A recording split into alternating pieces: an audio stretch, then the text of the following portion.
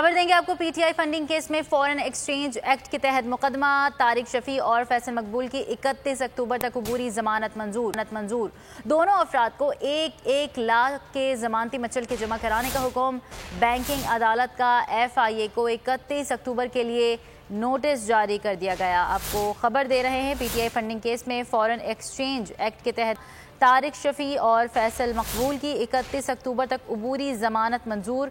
दोनों अफराद को 1-1 लाख के जमानती मचल के जमा कराने का हुक्म। बैंकिंग अदालत का FIA को 31 अक्टूबर के लिए नोटिस जारी। पीटीआई फंडिंग केस में फॉरेन एक्सचेंज एक्ट के तहत मुकदमा तारिक शफी और फैसल मकबूल की 31 अक्टूबर तक अबूरी जमानत मंजूर कर ली गई। अगर आपको ये वीडियो पसंद आए तो लाइक पर क्लिक कीजिए।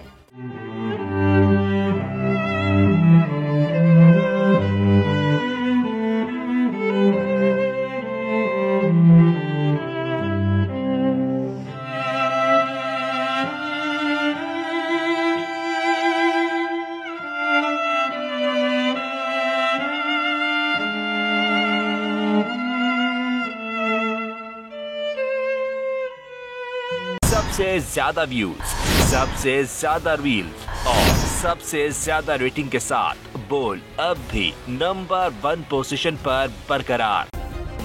सब्सक्राइब करें और बेल दबाएं ताकि कोई खबर रह न जाए।